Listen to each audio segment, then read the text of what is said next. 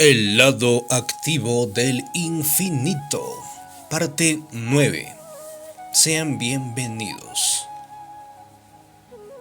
Veremos las medidas de la cognición en la sección El final de una era. Vamos a ello. El final de una era. Era para don Juan una descripción precisa de un proceso por el cual pasan los brujos al desmontar la estructura del mundo que conocen y reemplazarla con otra forma de comprender el mundo que nos rodea. Como maestro, don Juan procuró desde el instante inicial de nuestro encuentro introducirme al mundo cognitivo de los brujos del México antiguo. El término cognición era para mí, en aquel tiempo, la manzana de la discordia. Lo entendía como un proceso por el cual reconocemos el mundo que nos rodea. Ciertas cosas caen dentro del reino de ese proceso y son fácilmente reconocidas por nosotros. No ocurre con otras cosas que permanecen consecuentemente como rarezas, cosas de las cuales no tenemos suficiente comprensión. Don Juan mantuvo desde el principio de nuestra relación que el mundo de los brujos del México antiguo difería de nuestro, no de manera superficial, sino en la manera en que se arreglaba el proceso de cognición. Mantenía que en nuestro mundo, nuestra cognición requiere la interpretación de datos sensoriales. Dijo que el universo está compuesto de un número finito de campos de energía, que existen en el universo en general como filamentos luminosos. Esos filamentos actúan sobre el hombre como organismo. La respuesta de ese organismo es convertir esos campos de energía en datos sensoriales. Los datos sensoriales se interpretan, y esa interpretación se convierte en nuestro sistema cognitivo. Mi comprensión de la cognición forzosamente me hacía creer que es un proceso universal, tal como el lenguaje es un proceso universal. Hay una sintaxis diferente para cada lenguaje, como debe de haber una mínima diferencia de arreglo para cada sistema de interpretación del mundo. La afirmación de don Juan, sin embargo, que los brujos del México antiguo tenían un sistema cognitivo diferente, era para mí equivalente a decir que tenían una manera diferente de comunicación que nada tenía que ver con el lenguaje. Lo que quería desesperadamente que dijera era que su sistema cognitivo diferente era equivalente a tener un lenguaje diferente, pero que era sin embargo un lenguaje. El final de una era significaba para don Juan que las unidades de una cognición extranjera se estaban apoderando. Las unidades de mi cognición normal, no importara lo agradables y provechosas, empezaban a disolverse. Momento grave en la vida de un hombre. Quizá mi unidad más codiciada era la vida académica. Cualquier cosa que la amenazaba era una amenaza al centro de mi ser, sobre todo si el ataque era velado o inadvertido. Pasó con un profesor a quien le había dado toda mi confianza, el profesor Lorca. Me había inscrito en el curso que dictaba el profesor Lorca sobre cognición, porque me había sido recomendado como uno de los académicos más brillantes que había en aquel entonces. El profesor Lorca era bastante apuesto, con pelo rubio peinado a un lado. Tenía la frente limpia, sin arrugas, dando la impresión de alguien que jamás ha tenido una preocupación en la vida. Su ropa mostraba el toque de un buen sastre. No llevaba corbata, lo cual le daba un aire juvenil. Se la ponía solamente al encontrarse con gente importante. En la ocasión de aquella memorable primera clase con el profesor Lorca, yo estaba confuso y nervioso, viendo cómo caminaba de un lado al otro por minutos que fueron una eternidad para mí. El profesor Lorca movía continuamente sus finos labios apretados de arriba a abajo, añadiendo inmensidades a la tensión que había generado en esa aula pesada, de ventanas cerradas. De pronto se detuvo. Se paró en medio del aula, a poca distancia de donde me encontraba sentado, y golpeando el podio con un periódico enrollado empezó a hablar. «Nunca se sabrá», empezó. Todos los que estaban en el aula inmediatamente empezaron ansiosamente a tomar apuntes. «Nunca se sabrá», repitió. «Lo que siente un sapo cuando se sienta en el fondo del estanque e interpreta el mundo de sapo que le rodea».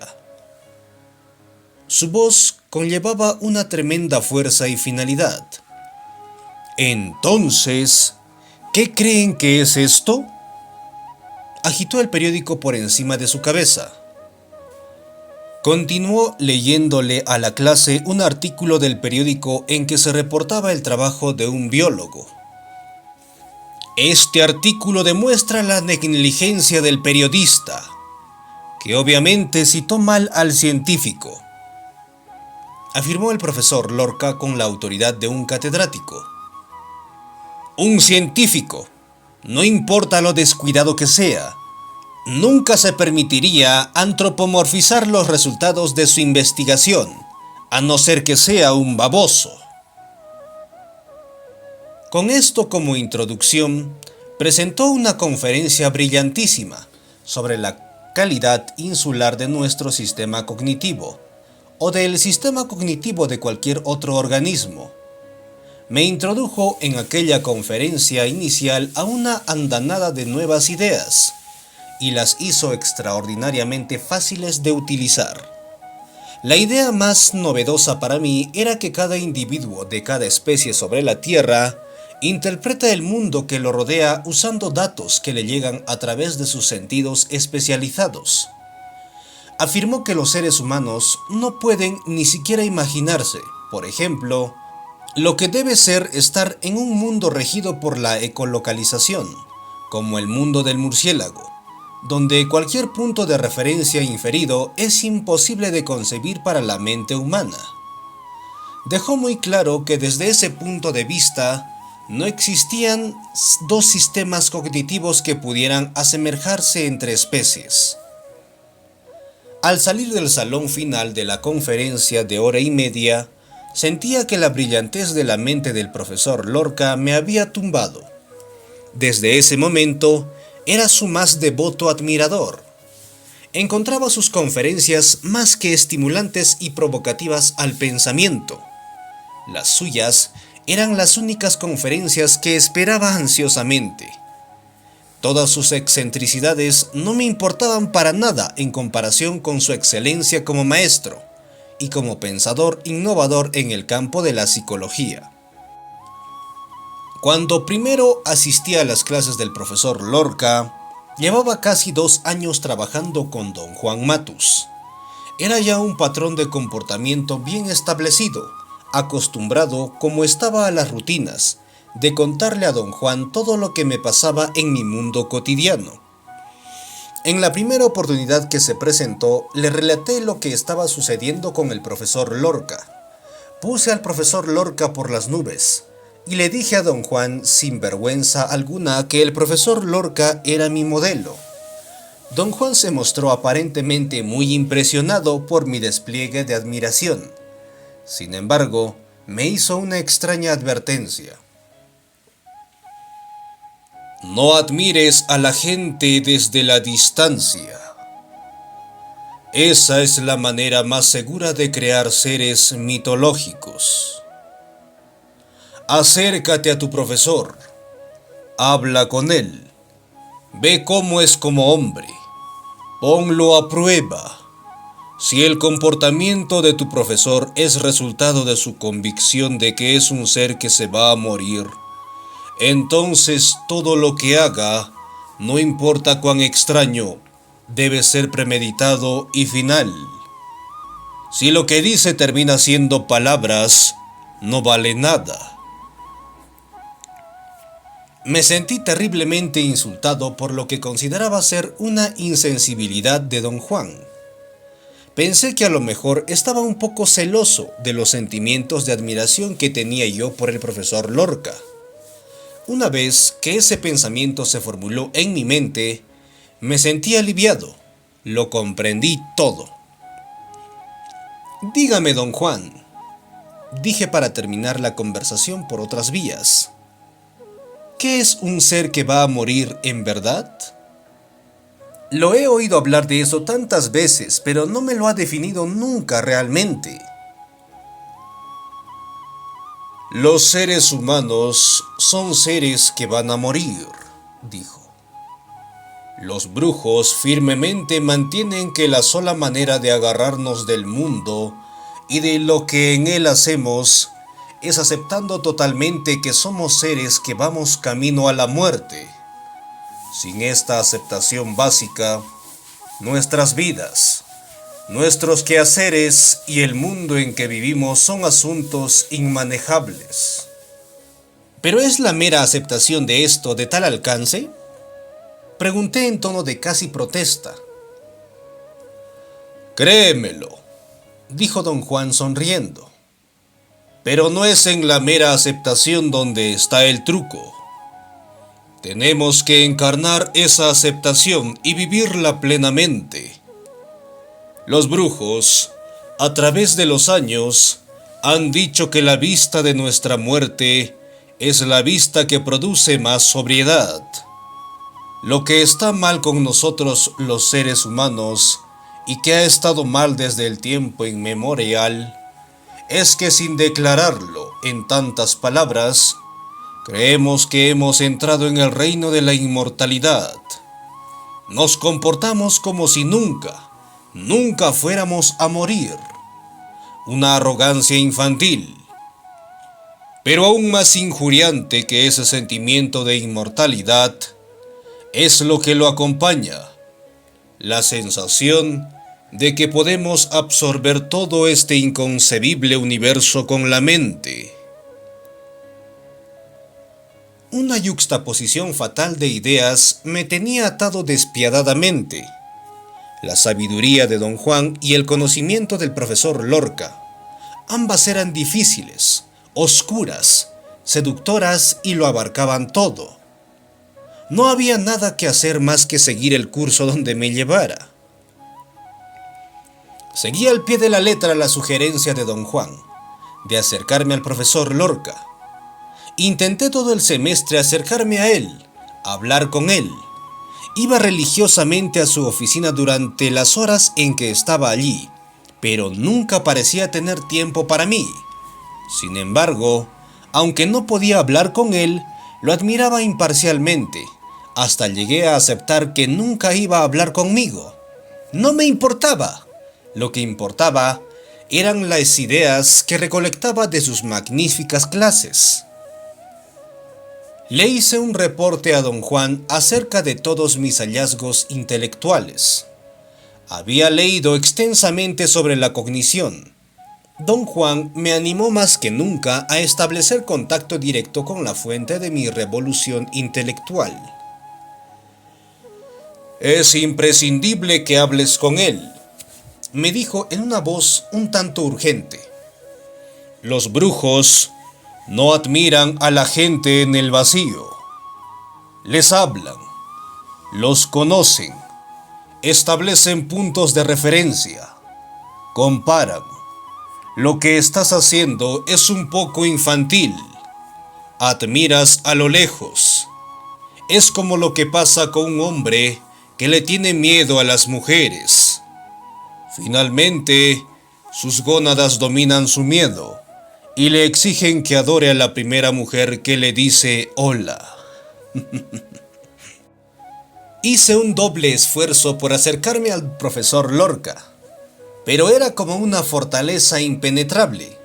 Cuando le comenté a don Juan mis dificultades, me explicó que los brujos veían cualquier actividad con la gente, no importa cuán diminuta o significante, como un campo de batalla. En ese campo de batalla, los brujos hacían su mejor magia, ponían su mejor esfuerzo. Me aseguró que el truco para tener soltura en tales situaciones, algo que nunca había sido mi fuerte, era enfrentarse al adversario abiertamente. Expresó su aborrecimiento por esas almas tímidas que se esconden de la interacción a tal extremo que, cuando interactúan, Simplemente infieren o deducen en términos de sus propios estados psicológicos lo que pasa sin verdaderamente percibir lo que en realidad está pasando. Interactúan sin jamás haber sido parte de la interacción. Siempre mira al hombre con quien estás jugando, él tira y afloja con la cuerda, continuó. No tires simplemente de la cuerda. Levanta la vista a sus ojos. Sabrás que es un hombre igual a ti. No importa lo que diga, no importa lo que haga. Se está sacudiendo en sus pantalones tal como tú. Una mirada de esa naturaleza vuelve incapaz a tu adversario, aunque sea solo por un instante. Entonces, das el golpe. Un día, la suerte estaba conmigo. Abordé al profesor Lorca en el corredor enfrente de su oficina. «Profesor Lorca», dije, «¿tiene un momento libre para hablar?» «¿Quién demonios es usted?», dijo con la mayor naturalidad, como si fuera su mejor amigo y me estaba preguntando cómo me sentía. El profesor Lorca era tan grosero como se puede ser, pero sus palabras no tuvieron en mí el efecto de una grosería. Me sonrió con los labios apretados, como si me animara a irme o a decir algo significativo. «Soy estudiante de antropología, profesor Lorca», le dije. «Estoy involucrado en una situación de trabajo de campo, donde tengo la oportunidad de aprender algo acerca del sistema cognitivo de los brujos». El profesor Lorca me contempló con sospecha y enojo. Sus ojos parecían dos puntos azules llenos de malicia. Se hizo el cabello hacia atrás como si se le hubiera caído sobre la frente. «Trabajo con un verdadero brujo en México», continué tratando de provocar una respuesta. «Es un verdadero brujo, créamelo. Me ha llevado más de un año animarlo a que considerara hablar conmigo». La cara del profesor Lorca se relajó, abrió la boca y agitando una mano finísima delante de mis ojos como si estuviera dándole vueltas a una pizza, me habló. No podía dejar de ver sus gemelos de esmalte que eran del color exacto de su saco verduzco. «¿Y qué quiere usted de mí?», dijo. «Quiero que me escuche por un momento», repliqué, «para ver si lo que estoy haciendo le interesa». Hizo un gesto de desgano y resignación con los hombros. Abrió la puerta de su oficina y me invitó a pasar. Sabía que no tenía yo tiempo que perder y le presenté una descripción muy directa de mi situación de trabajo de campo. Le dije que me estaban enseñando procedimientos que no tenían nada que ver con lo que había encontrado en la literatura antropológica sobre la brujería, o el chamanismo, como le llamaban. Hizo un gesto con los labios por un momento sin decir una sola palabra. Cuando habló, señaló que una de las fallas de los antropólogos en general es que nunca se dan el tiempo suficiente para llegar a saber totalmente todos los grados del sistema cognitivo particular utilizados por la gente que estudian. Definió cognición como un sistema de interpretación que a través del uso hace posible que los individuos utilicen con la mayor proeza todos los grados de connotación que forman el ambiente particular y social bajo consideración. Las palabras del profesor Lorca iluminaron el ámbito total de mi trabajo de campo. Sin poder dominar todos los grados del sistema cognitivo de los brujos del México antiguo, hubiera sido totalmente superfluo que formulara una idea de ese mundo. Si el profesor Lorca nunca me hubiera dicho otras palabras, más lo que acababa de declarar hubiera sido más que suficiente. Lo que siguió fue un maravilloso discurso sobre la cognición. «Su problema», dijo el profesor Lorca, «es que el sistema cognitivo de nuestro mundo cotidiano con el cual estamos familiarizados en verdad, desde el día en que nacimos, no es igual al sistema cognitivo del mundo de los brujos. Lo que le he dicho, claro, es conocimiento general», me dijo al conducirme hacia afuera. Cualquier lector está consciente de lo que le he estado diciendo. Nos despedimos, casi amigos. El recuento a don Juan de mi éxito en acercarme al profesor Lorca se topó con una reacción extraña. Por un lado, don Juan parecía estar encantado y por otro lado parecía un tanto preocupado. Me da que tu profesor no es en verdad lo que parece ser, dijo. Claro, eso es desde el punto de vista mío. Quizá fuera mejor dejarlo ahora, antes que todo esto se vuelva muy bochornoso, muy complicado.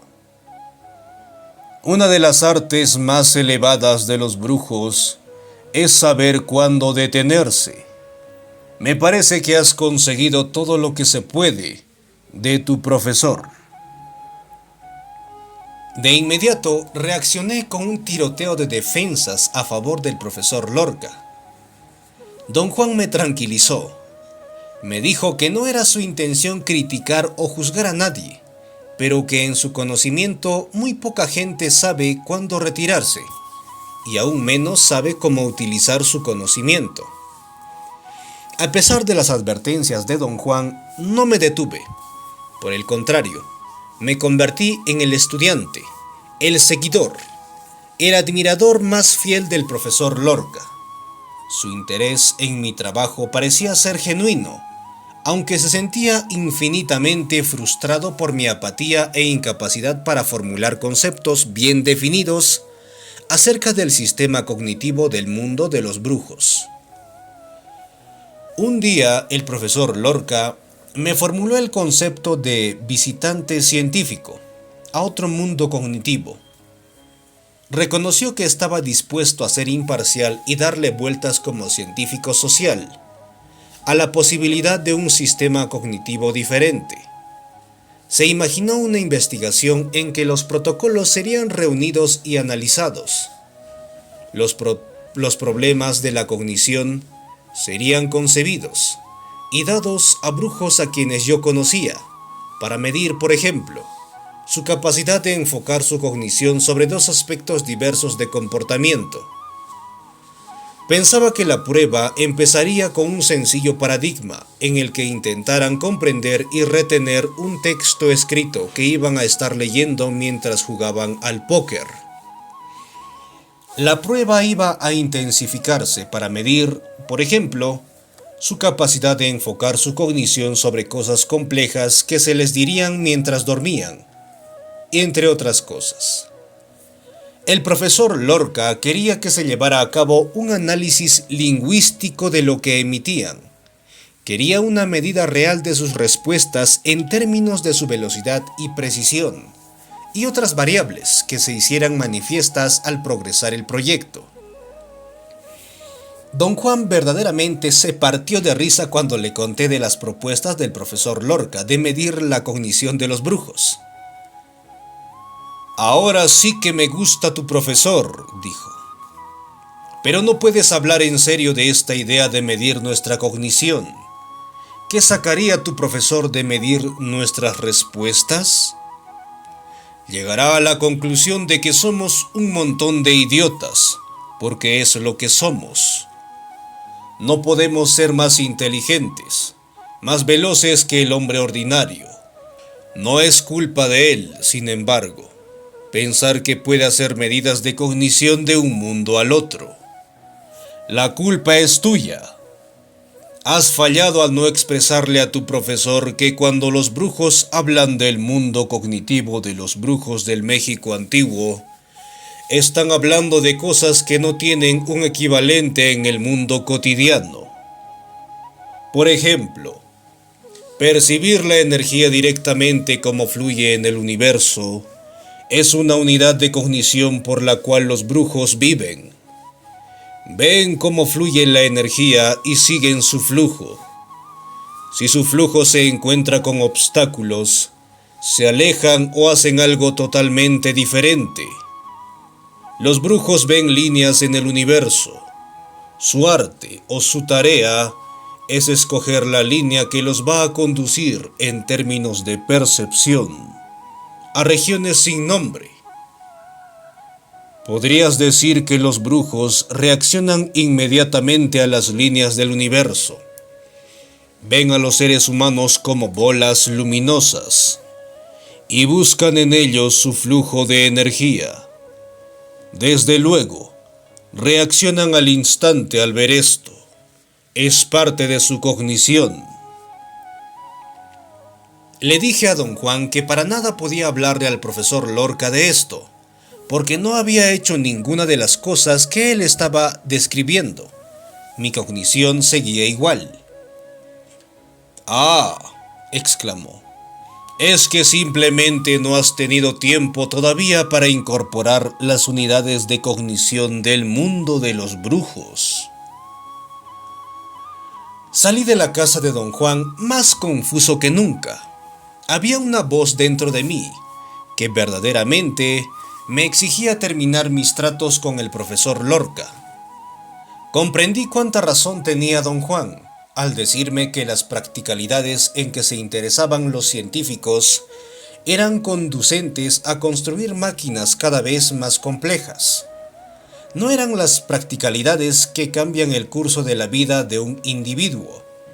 No estaban hechas para alcanzar la vastedad del universo como un asunto personal, experimental.